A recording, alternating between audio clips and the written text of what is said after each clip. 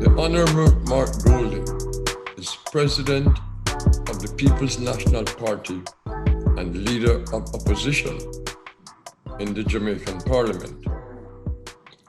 He was appointed to Jamaica's Senate in 2007, served as Minister of Justice from 2012 to 2016, and chaired the Legislation Committee of Cabinet. Under his stewardship, significant reforms to improve Jamaica's justice system were achieved, and a whopping 121 Acts of Parliament were passed, including the landmark decriminalization of marijuana in 2015, for which, Mr. Golding, you have achieved international recognition. Of all your other achievements, that's the one that stands out in your legislative performance. Mr. Golding is a leading Jamaican attorney at law and investment banker. He co-founded Daring Bunting and Golding Limited in 1993 as Jamaica's first private sector investment bank, and it became one of the leading financial institutions in the Caribbean. He later co-founded Prove Investments Limited, which is traded on the Jamaica Stock Exchange. He continues his family's legacy of advancing the welfare of persons living with disabilities as chairman of the Mona Rehabilitation Foundation, founded by his parents, the late Professor, the Honorable Sir John Golding OJ, Jamaica's first orthopedic surgeon, and Lady Patricia Golding. He's also quite a family man. He's married to wife Sandra since 1990, and they have 3 children. Honorable Mark Golding, welcome to Carib Nation Television. Thank you very much, Ambassador Ward. It's wonderful to be with you. I thank you very much for creating this opportunity for us to have this session by Zoom. And let's hope the technology works okay and it goes smoothly. But it's wonderful to be with you.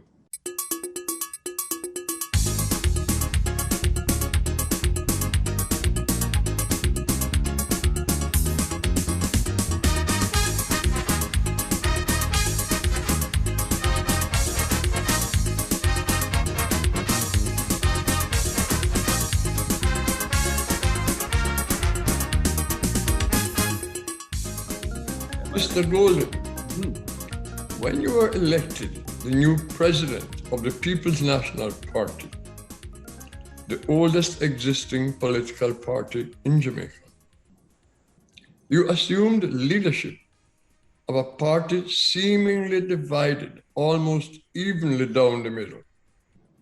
Some analysts believe that the division was so great that it would take you years to return the party to a position of strength, to challenge the government as necessary in our parliamentary system. But it appears that you have made significant progress in this regard. How do you see the party you lead in that context today? In other words, what is the state of the People's National Party? So when I ascended to the position I now hold as president of the party in November last year, it wasn't the beginning of issues concerning unity in the party. The truth of the matter is that we have had a number of internal contests going back to after former party leader P.J. Patterson decided that it was time for him to step back from public life. And those have, I think, never really been fully addressed, though from time to time we have been able to be a very cohesive political force, such as when we won the elections at the end of 2011 under the leadership of Most Honorable Portia Simpson Miller, when we won a landslide victory then. But there were internal challenges in 2008. There were another one in 2019.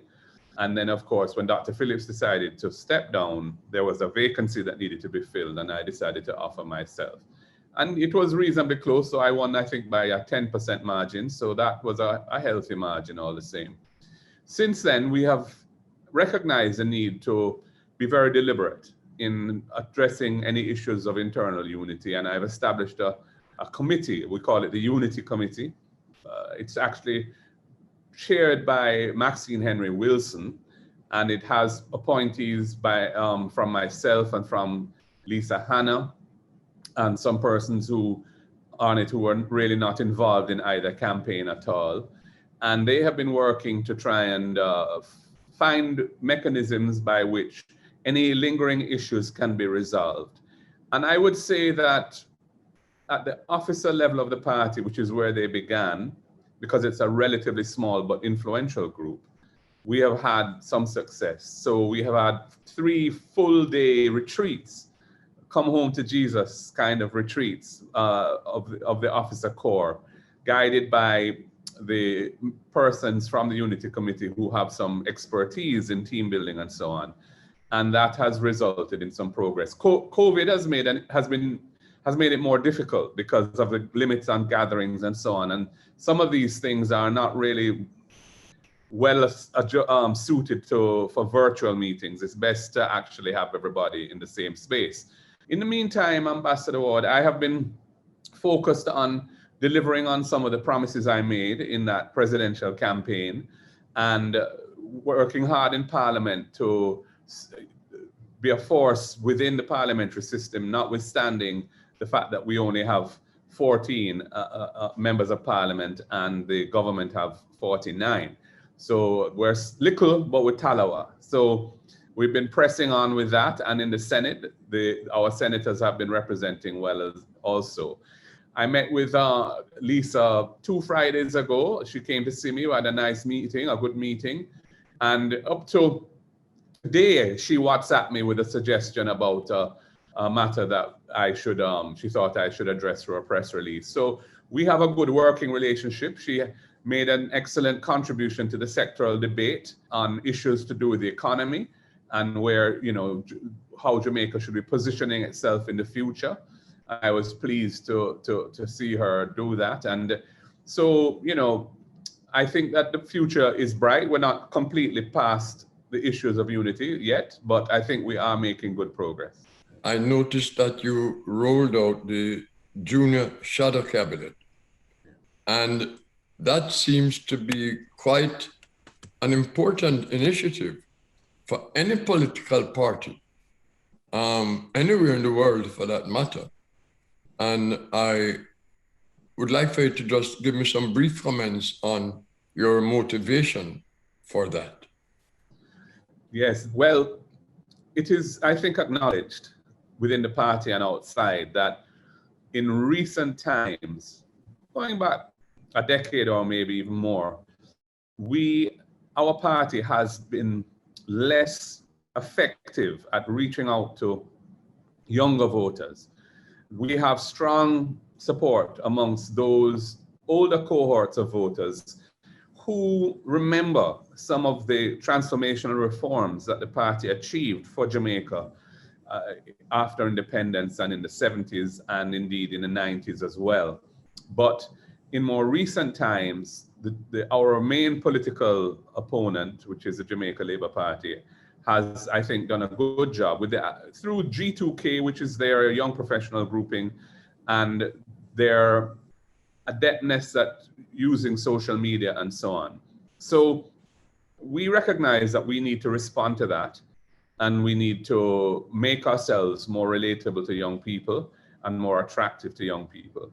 And in the election campaign for the presidency of the party, one of the commitments I gave to the PNP Youth Organization and to the Patriots, which is our affiliate young professional organization, was that I would be establishing a youth or junior shadow cabinet. Basically, the intent of it being to raise the profile of the party among young people, to give talent within the party the opportunity to project itself nationally and show the PNP as an organization that respects young people, that gives them a voice, and that is listening to what they have to say. And it was a culmination of a process of consultation because the design of the junior shadow cabinet had been a collaborative process where the leadership of both the youth organization and the Patriots and myself came together and worked out how we wanted to do this. So the way it's been designed is that each of those two affiliates of the party have appointed 7 persons from within their ranks to the junior shadow cabinet, making 14. And the party leader reserved the right to appoint 3 persons. So it's a cabinet of 17. And then our Senator, Gabriella Morris, who is the youngest senator in Parliament, I believe, and is our shadow spokesperson for youth and sports at the senior level, she will ex officio chair the junior shadow cabinet. So we had the launch and it went well, and we have been putting some public relations effort behind it in terms of exposing our junior shadow cabinet members to the public. And they're very enthused, and I'm very optimistic that this will achieve its main objective, which I've outlined already, and essentially position the party once again as being a party that young people can aspire to be part of, can relate to, and hopefully be their choice when it comes to voting for the government at the next general election. So that is really what that is about, Ambassador Ward. That seems quite to be a positive undertaking in any society, as I mentioned before, to engage the youth and to provide them with mentorship and training. Yes. While we love the enthusiasm of the youth, we also need experience to guide them. Now, Mr. Golding, as leader of opposition, you have a close-up look on the state of the country. You have been assessing and evaluating every aspect of government responsibility on all issues: social, economic, political, crime and security, and the overall well-being of the people, what I often refer to as human security. How would you describe the state of the country today? How do you assess the effectiveness with which the Honest administration is dealing with the issues that are most impactful on the people, on the human security of the people? In other words, what is the state of the country? Well, there is no doubt that the country is now facing enormous challenges. The pandemic, the global pandemic, has impacted the Caribbean in a very severe way because of our dependence on the tourism industry and the related industries that feed off of the tourism industry. And Jamaica has not been spared in that regard. But to back up a little, I would make the point that when this government assumed office in 2016, they inherited a situation in which a lot of heavy lifting had already been done to restore Jamaica's public finances to a state of sustainability. So working with the IMF and executing on a very challenging IMF program to get the public debt of the country under control and to restructure and rebalance the economy so that the public finances would be on a long-term footing in a safer place. That had all essentially been done. So legislation to reform the tax system, for example, which has been fundamental in achieving greater fiscal space for policy and in public investment, that was done under our watch. The commercial architecture of the country had been modernized through new laws dealing with secured lending, dealing with insolvency and financial rehabilitation of companies. The customs system had been modernized, and the internal arrangements within the tax departments had been vastly improved. So the Holness government inherited an economy that was coming from a very difficult time, but was already on a very positive trajectory. In 2015, for example, the Jamaica Stock Exchange was the #1 performing stock exchange in the world. And we had healthy international reserves, we had employment and poverty were falling, and unemployment and poverty were falling, and generally all of the variables were trending in the right direction. So they were batting on a friendly wicket. And in fairness to them, they took that and continued with it. And I think it is fair to say that the economic progress of Jamaica in terms of the macroeconomic variables continued, because there was some continuity of policy, and the public debt, which we had inherited at, I think, 147% of GDP when we came to office in 2012. By the end of the fiscal year in 2020, March 2020, the 2019-2020 fiscal year, that public debt was down at 94%. So it had been slashed by over a third in less than a decade, and was trending down. We had introduced fiscal rules and a fiscal responsibility framework that is in law, that requires the government to maintain budget surpluses that will allow the public debt to achieve a ratio of 60% of GDP by March 2026. And so there was bipartisan acceptance of these targets, and they have been rolled out. However, I think it's also fair to say that though macroeconomic stability is necessary and very important, and we are all committed to it, it is not sufficient, because it does not deliver on the aspirations of the people. It does not deliver a society which is cohesive and where there is balance in the social relations among the different segments of the society. And this is where I think the government has lacked vision and is falling short.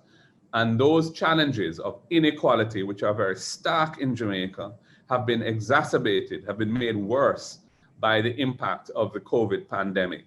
So, for example, today we have had over a year of children being out of school and relying largely on online learning. There's a terrible digital divide in Jamaica, as there is in many countries of the world, but we are very impacted by it. So 120,000 students in Jamaica have effectively not had any education or any meaningful education for over a year. Many of them have not been able to access learning because they don't have a device, or their parents, their mother typically, because many of our families are single parent families with mothers being the head of the household, don't have the financial resources to ensure internet connectivity. And the government was very slow to respond to that issue. And the response has, in our view, been inadequate. So this is a major problem that the country is facing now. And we do not see where there is any plan to effectively address it. Crime and violence is another area, and it's probably the biggest problem facing Jamaica. It affects hope, it affects economic outcomes, it affects the general moral courage of the society and our willingness to tackle development issues. Now, what we continue to see and have seen since 2016 is a situation where murders have been significantly elevated over where they were under the last PNP administration on average per year. And the government's response to the spike in murders was to try and use states of emergency as a kind of enhanced policing effort. Now, that is not what the Constitution allows states of emergency for. They are really to tackle emergencies that have a foreseeable period in which the abrogation of normal civil rights is acceptable in order to tackle something which needs to be dealt with, an act of God, a hurricane, an earthquake, or a war, for example. Now, the Constitutional Court or the Supreme Court has the use of the state of emergency in the way that they were being used was challenged in court by a number of young men who had been detained without charge for very long periods of time under the states of emergency. And the court ruled that the states of emergency cannot lawfully be used in the way that they were being used.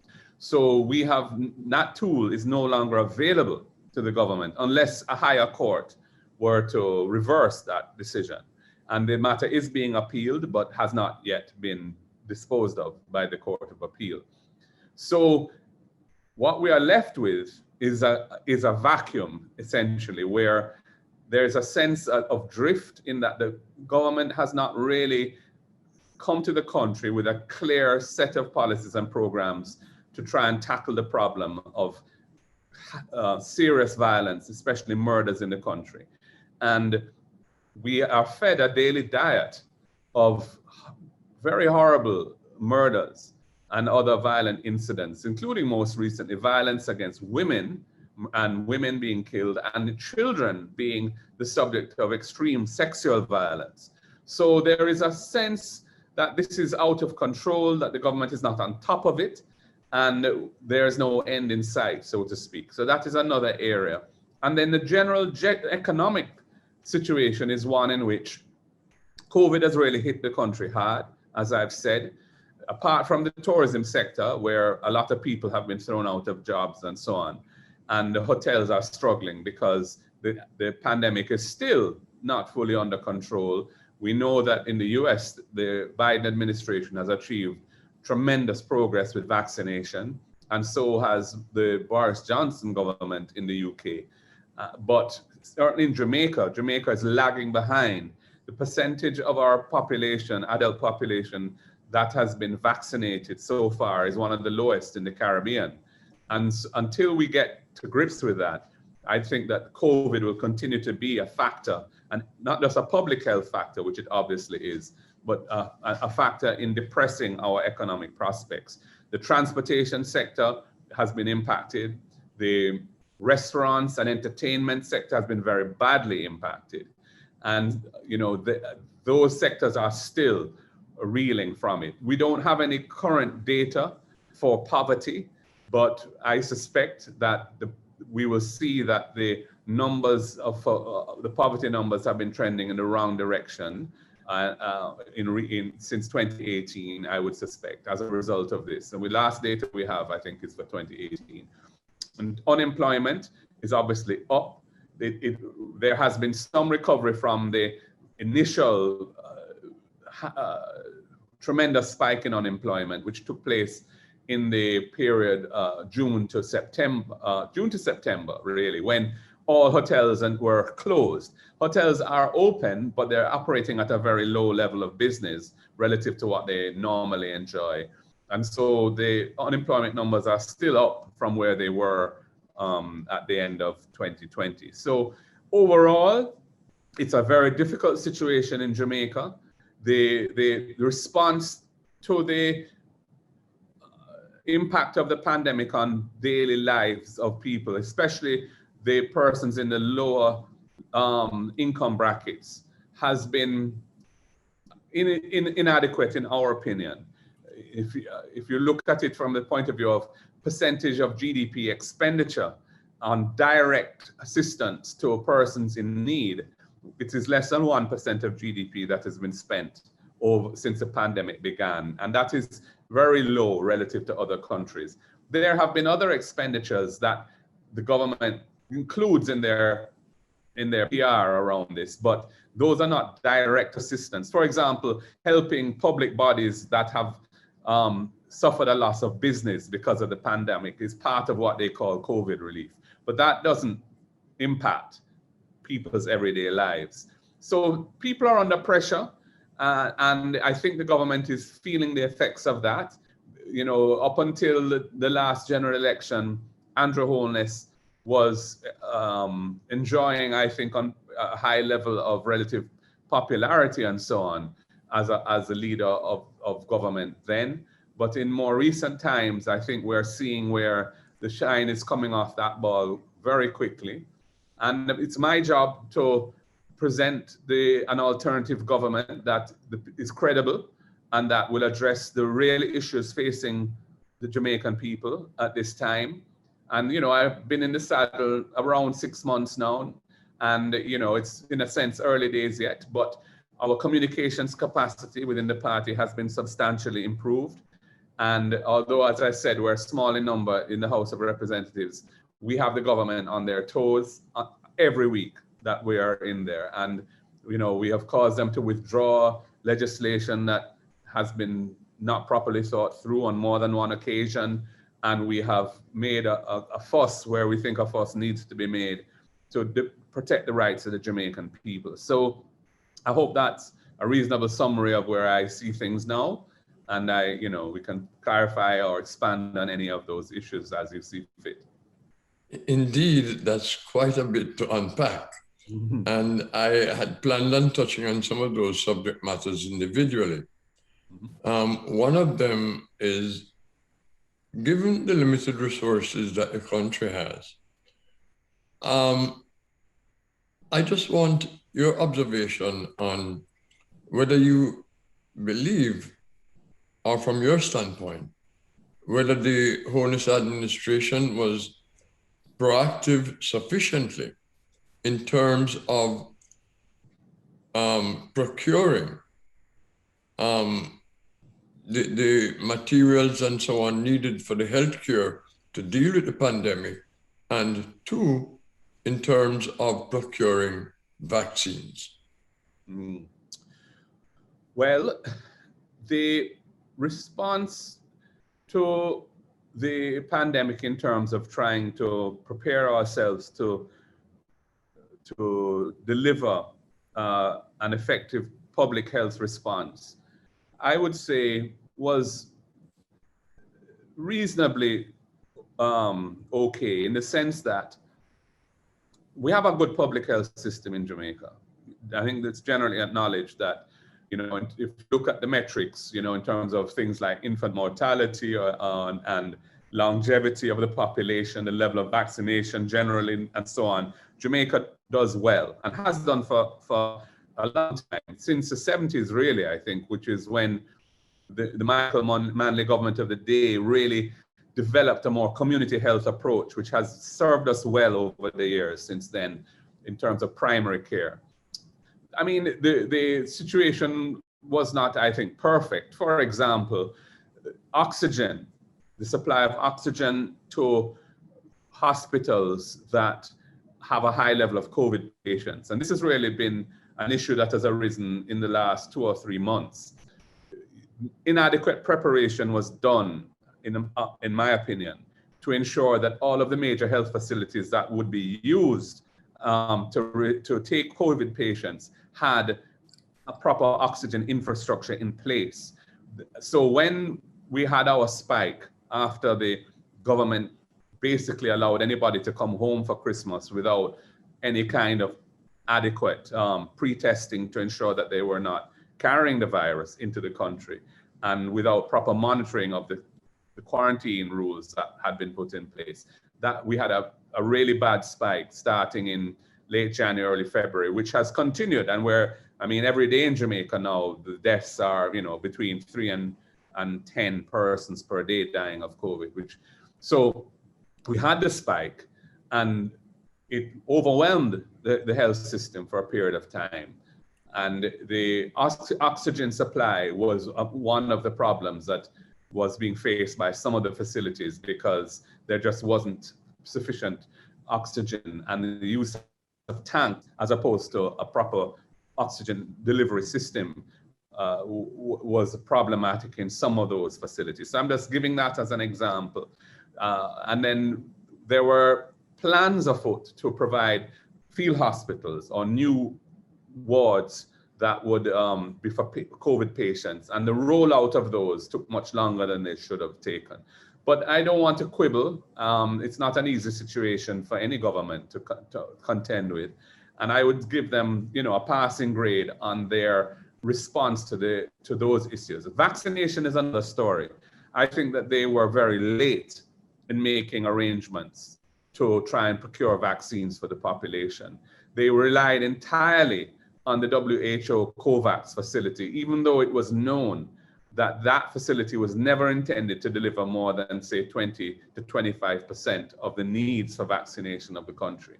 And initially, the target that they had set for this year for vaccination was a mere 16% of the population. Now, we all know that herd immunity, which essentially means a level of either of immunity in the population, whether it be people having recovered from having got the virus or having been vaccinated against the virus.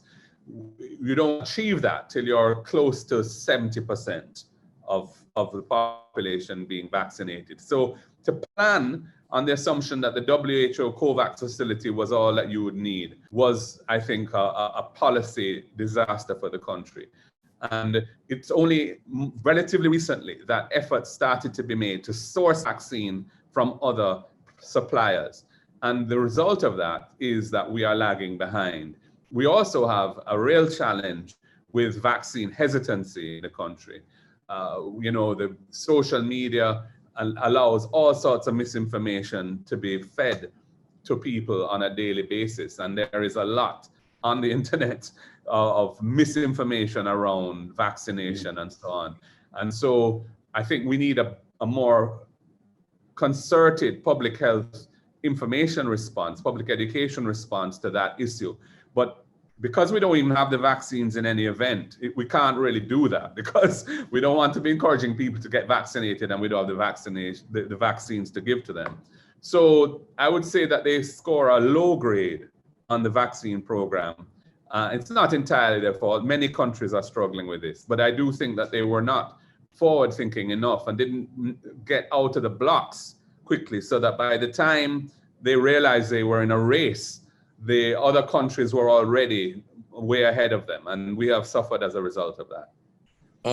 There are a few other things I wanted to touch on, such as the recovery from the economic situation and so on, which I know there has to be plans being put in place for short, medium, and long-term recovery. And I just want to see if you could touch on that a little bit for me. Well, the whole world, is going through a process of rapid change in terms of the economic delivery of goods and services, the delivery of goods and services within the economy, I should say. And Jamaica obviously is part of the world and is impacted by that. So the digitization of the economy is a buzzword now, and businesses are trying to transform themselves to become digital purveyors as much as possible. Work from home is a reality that everyone says is going to continue even after the pandemic ends, and we are in that same situation. The problem we have is that fixed internet penetration is really way below the average for Latin America and way, way below the OECD, the rich countries. And we need to respond to that. The government has announced a program of trying to build out broadband infrastructure for the entire country. However, we are not satisfied with the pace at which that is being rolled out.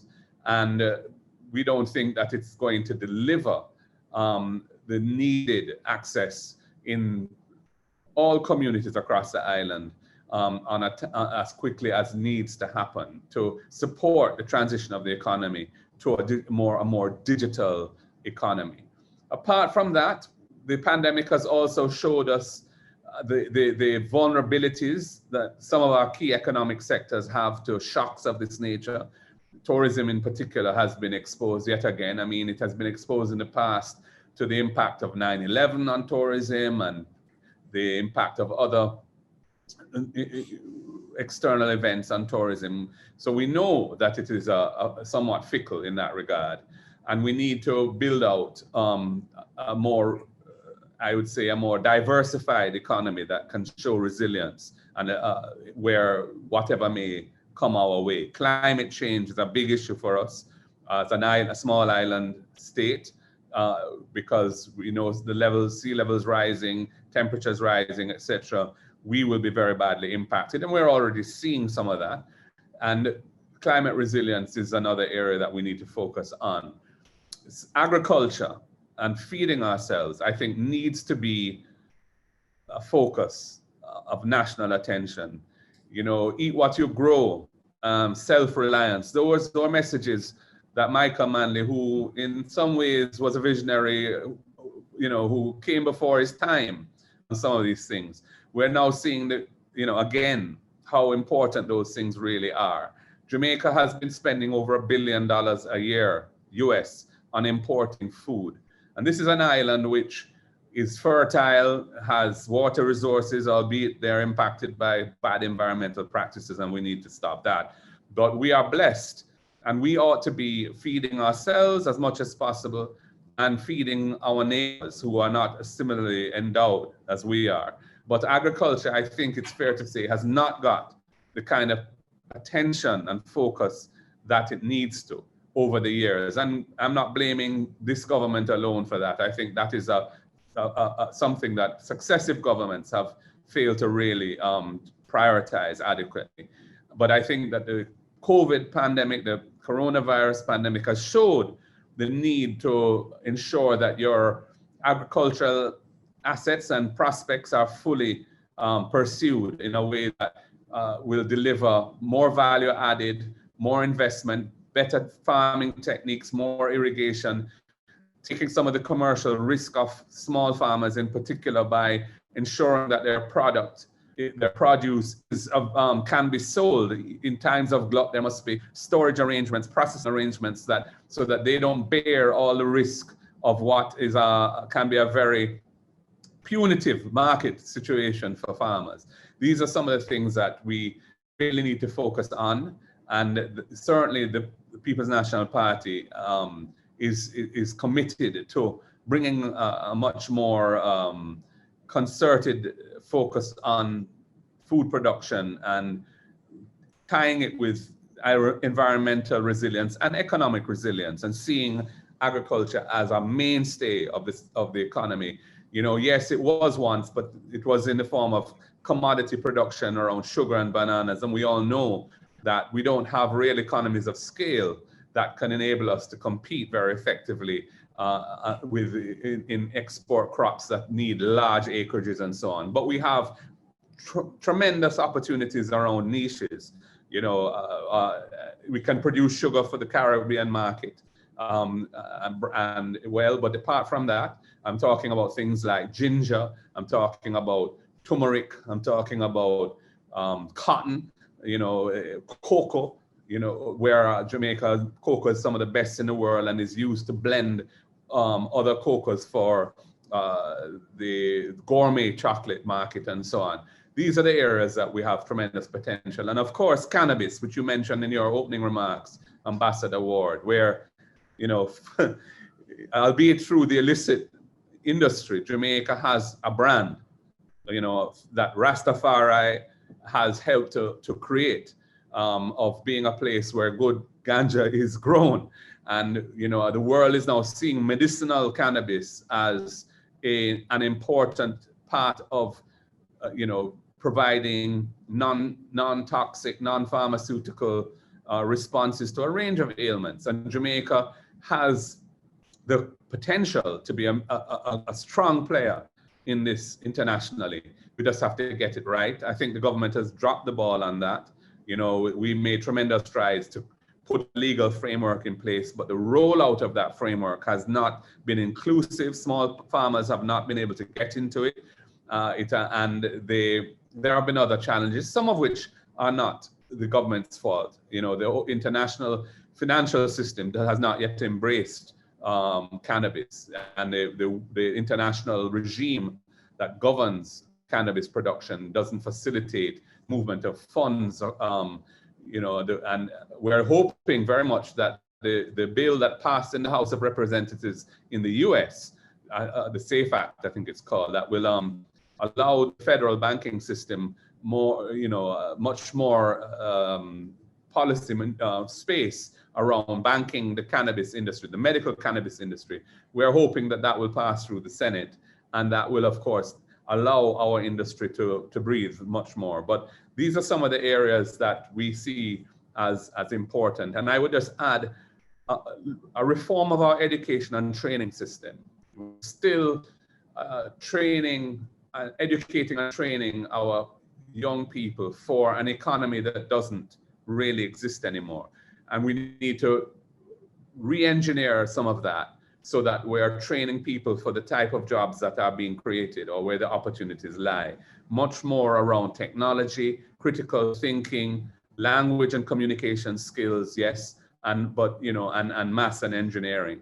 And it's not just teaching the students, but the teachers also need to have an ongoing continuing education process that can upgrade their skills. I met with a principal of one of our leading high schools yesterday, and she was telling me that her school, which is one of the best in the country, has had over the last 3 to 4 years had their own internal training process ongoing, using the materials that are available through the internet and so on to upgrade their skills and to adopt some of the better techniques that are available now with the use of technology, so that when the pandemic hit them, they have been able to basically ensure that their students are subject to availability of internet access and so on, which is a problem, as I said already. But at least from the teacher's perspective, they are really very comfortable with delivering education in a more internet-based form and so on. And we need to encourage this kind of thing so that our productivity of our workforce is ready to receive the level of investment that the country needs to generate high levels of inclusive growth going forward. There are a couple of things I want to touch on from what you said before, but I want to move on a little bit to a couple of the subject matters. Yeah. One is corruption. The reports of corruption at very high levels of government is quite troubling. And it is happening all too frequent. But it seems to be an overnight sensation when it occurs. The justice system moves very slowly. You've had some experience with that. Mm-hmm. How do you plan to ensure, if and when the People's National Party becomes the next government of Jamaica, to deal with corruption at all levels of government without favor to anyone, to ensure that there is no impunity and that everyone is accountable? Your short answer on that. Thank you. All right. Well, Jamaica has made some strides in building out an institutional framework supported by legislation for tackling corruption. And the People's National Party led in that regard. So the Integrity Commission that has been established in law, we developed that legislation. We brought it to Parliament, and the government ultimately inherited it, and it was passed. We are disappointed with the length of time that it has taken for that new institution to get up and running. But they have a new leadership there now for the last few months, and Mr. Greg Christie, was a former contractor general who was a very assertive contractor general, and we hope that we will see the Integrity Commission making a difference going forward. And we also developed MOCA, the Major Organized Crime and Anti-Corruption Task Force, as a fully vetted unit within the security forces.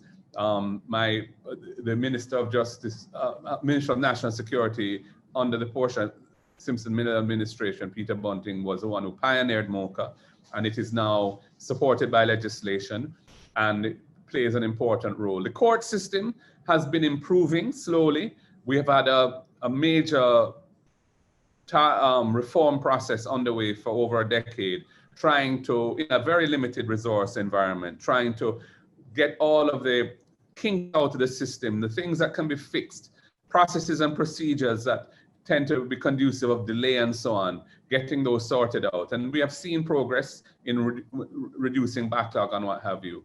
But the reality of the matter is that political will is a critical element of achieving strides in and what we have found, for example, this current government, has been far too tolerant of corruption in their midst. I mean, we've had scandal after scandal in the Petrojam and in the ministries within the Ministry of Energy, and more recently we have situations of the political appointee chairman of HART, who has been, his company has been contracted by HART to do various things, which it's an ongoing issue, and we really don't see the kind of assertive response from the Prime Minister on these issues that would show that there is zero tolerance of corruption. And until I think you set the tone for that, you will not see change. I mean, Singapore is a place where, people have different views, mixed feelings on. Obviously, they are now basically a first world country coming from, where we were, 50 years ago, more or less.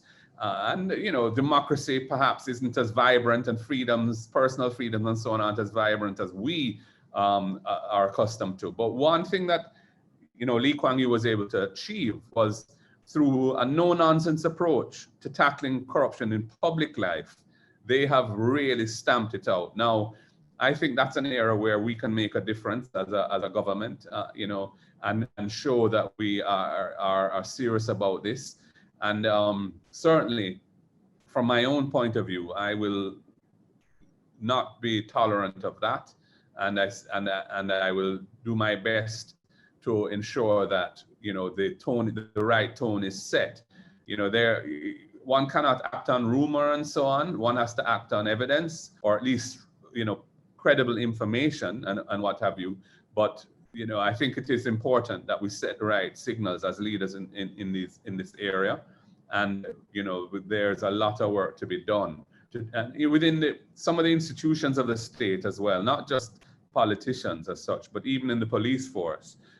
We are aware that corruption remains an issue, and that we need to just ensure that the mechanisms that have been developed to try and tackle these issues are not just there as ornaments on a shelf that you can point to, but are living and breathing and effective institutional arrangements that make a difference. And I think that's where we have a lot more to do. We have done a lot of the work to set the frameworks in place, but we are not yet seeing the fruits of that, because sometimes the wrong people are in the wrong positions. Sometimes the resources are not made available to ensure that they work well. Sometimes the political directorate doesn't set the right tone, and that can also have an impact. So these are some of the things that I would point to. But it is an area which I think, even though politically it hasn't proven to be that significant, because we see where modern voters often don't seem to take this issue as being one which should be determinative of who they choose for their leadership. But I think that is also partly as a result of a sense that we're all the same, and a lack of differentiation that would send a signal that this is something where the choice of one versus another can make a difference. I want to switch gears a little bit from local to regional and international. In particular, during the 4 years of the Trump administration, the policies of that administration proved to be very divisive within CARICOM and the region. And part of the problem that many people see is that the Honest government was closely aligned to the Trump administration and helped to foster that kind of division within CARICOM and the region.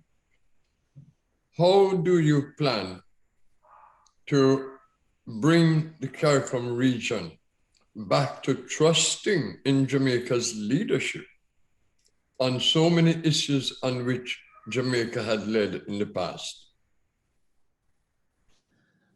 Yeah, you're absolutely right. I mean, what happened really when President Trump was in office was that Jamaica abandoned some of the basic core principles of international relations that have guided us for many, many years, and allowed fragmentation of CARICOM's position on important issues, which weakened the organization and weakened regional cohesion. Mia Mottley, Prime Minister Mottley, has emerged as a champion of regionalism, and Prime Minister Rowley, obviously Ralph Gonsalves in St. Vincent and so on. There are persons who have held the fort, so to speak, in trying to keep the CARICOM body together and speaking with one voice on critical issues where being united can give us some influence. And certainly the tradition of the People's National Party has been very much in that direction, and we will not be changing that. We believe in the principles of respecting the internal affairs of other countries, of the abiding by the rule of law, especially in international affairs, and ensuring that, because as a small country, if we don't have international law to protect us, we have nothing.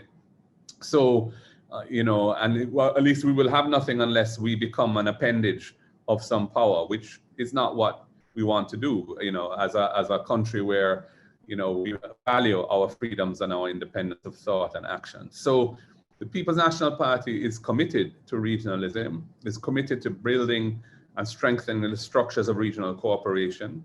There are some things which countries are able to do better alone, but there are many things that countries will benefit from furthering and deepening the collaboration among our island states. So this is a process that we have always been committed to, and we continue to be committed to. Is there any prospect for Jamaica becoming a member of the Caribbean Court of Justice? We live in hope. We have attempted twice to achieve that. Once under the leadership of Prime Minister P.J. Patterson, and once under the leadership of Prime Minister Portia Simpson Miller. On both occasions, the Jamaica Labour Party blocked it. In the first instance, it was taken to court, and in what was, I think, a somewhat controversial ruling by the Privy Council, they basically pronounced the approach to have been unconstitutional and articulated the need to follow a particular approach. When we tried again, we followed that approach, but it was an approach that would require the cooperation of the opposition, the then opposition, and they were not willing to come on board. This is, of course, a matter of fundamental importance to us.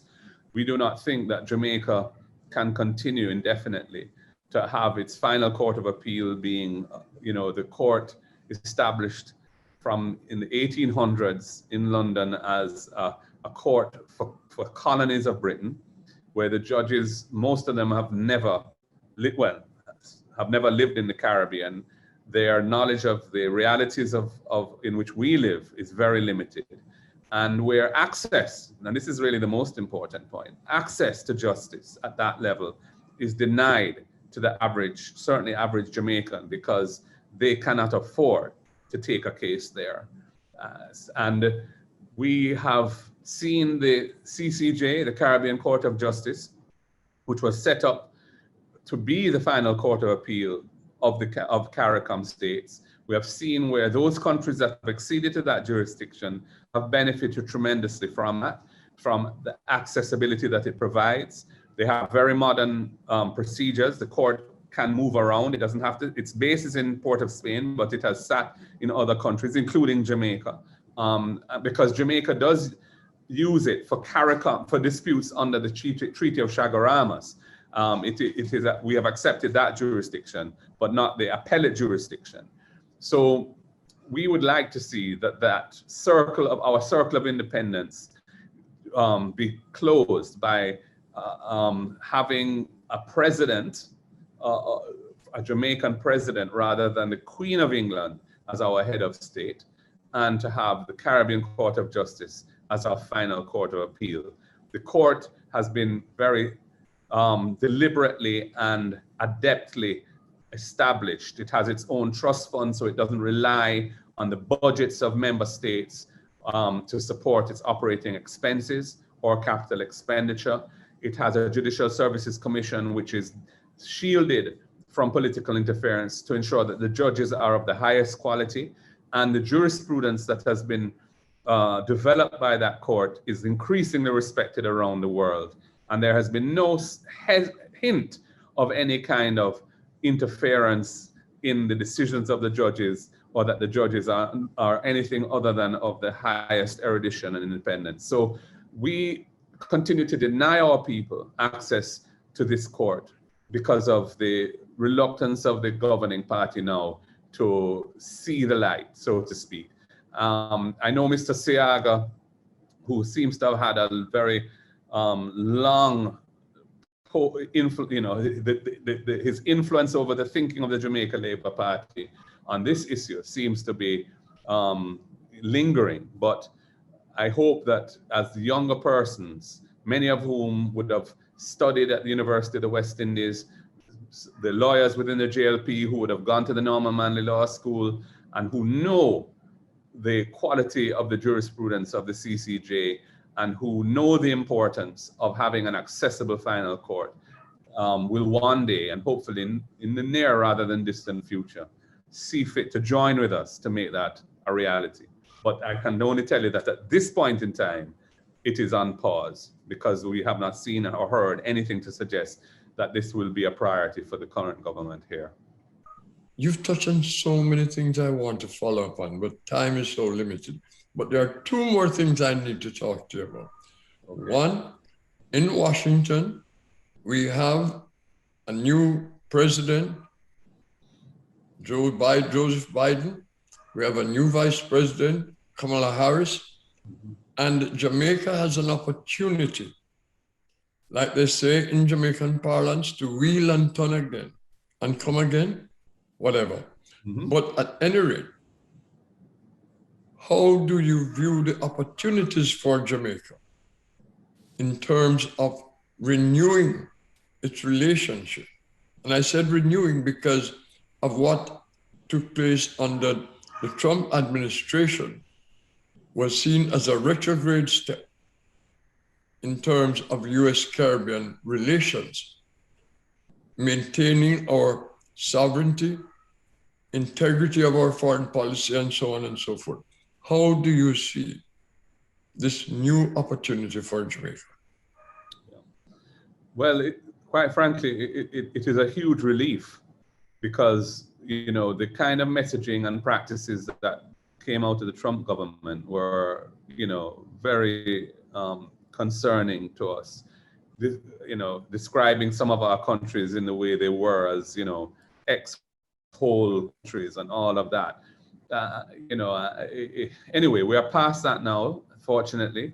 And the Biden administration, the Biden-Harris administration, is much more in keeping with the kind of outlook on international affairs, on the rule of law, on the importance of preserving and nurturing international cooperation and international institutions that we expect of the US government, based on the role that the US has played, albeit not always a role that has been fair or just in the treatment of some countries, but nevertheless, a role that I think has been one that has been a positive influence on the international community coming out of World War II and so on. Now, we have seen some positive signs. The commitment, for example, to make, I think, I can't remember if it was 60 or 100 million doses of vaccine available to other countries that the Biden administration has announced is something very positive. The And figure we is 60 million. 60 million, thank you. And I hope that Jamaica will be one of the beneficiaries of that. And the other our CARICOM neighbors, of course. The opportunities, I think, for the US to recalibrate its relationship with Cuba is also important. President Biden was vice president, obviously, in the Obama administration, which had made a significant effort to bring relations with Cuba on a more principled basis. And, you know, we, of course, in Jamaica have a very high regard for the Cuban people. We respect their right to self-determination, and we have benefited tremendously from the generosity of the Cuban government and people, especially in the areas of education and health, where they have provided us with the GC Foster College, which has really helped Jamaica to become the international heavyweight puncher in sprinting, because we have coaches all over our island in every nook and cranny who are professional, who are trained and certified track coaches. And that is as a result of the Cuban generosity there. You know, doctors coming in the pandemic to help us in our response from Cuba. And you know, I won't attempt to list all of what has happened over the years, but suffice to say that we would like to see an end to the embargo, and we would like to see a normalization of relations between Cuba and the United States, which a process which had begun when Biden was vice president, and which now that he's president, we're hoping that that will be recommenced. And so I would say that we look for, you know, we know that his administration has come into office with severe challenges with the pandemic and obviously the economy. And he has made some bold moves very early in his administration, which I think many, the world as a whole has looked on and said, wow, this is somebody who has really come to make a difference. And we hope that as some of those efforts become, you know, achievements, that he will be able to focus on the Caribbean as their important neighbors.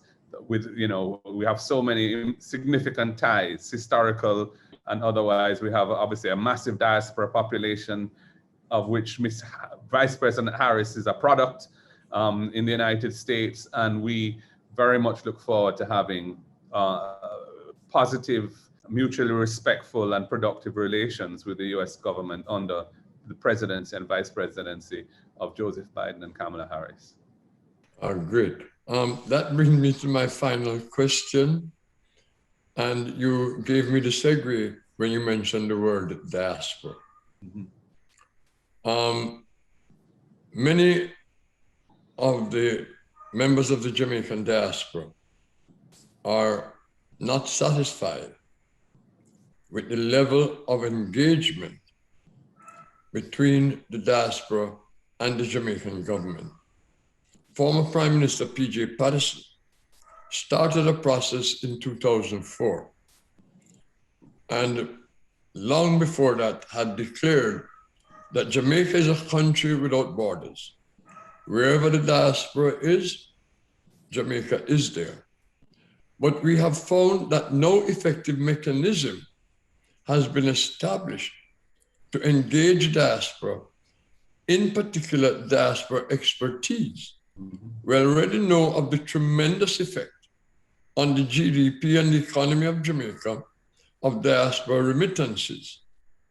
So, and I know you're a financial guru. I don't need for us to discuss that part. Mm-hmm. I know you take that part and you understand that part. I would like for you to just briefly, and I'm sure there will be other opportunities for you to expand much wider. But briefly, how do you see the role of diaspora expertise to Jamaica, and in particular, in a PNP government, or with a PNP government? Well, you've set the context very well. And reality is, however, that we have not yet, I think, reached the level of engagement with the diaspora that would satisfy them that our Jamaicans living overseas, that they are respected and acknowledged at a level which is in keeping with not only what they do for us, which is immense, but what they could do for us if they were given the opportunity.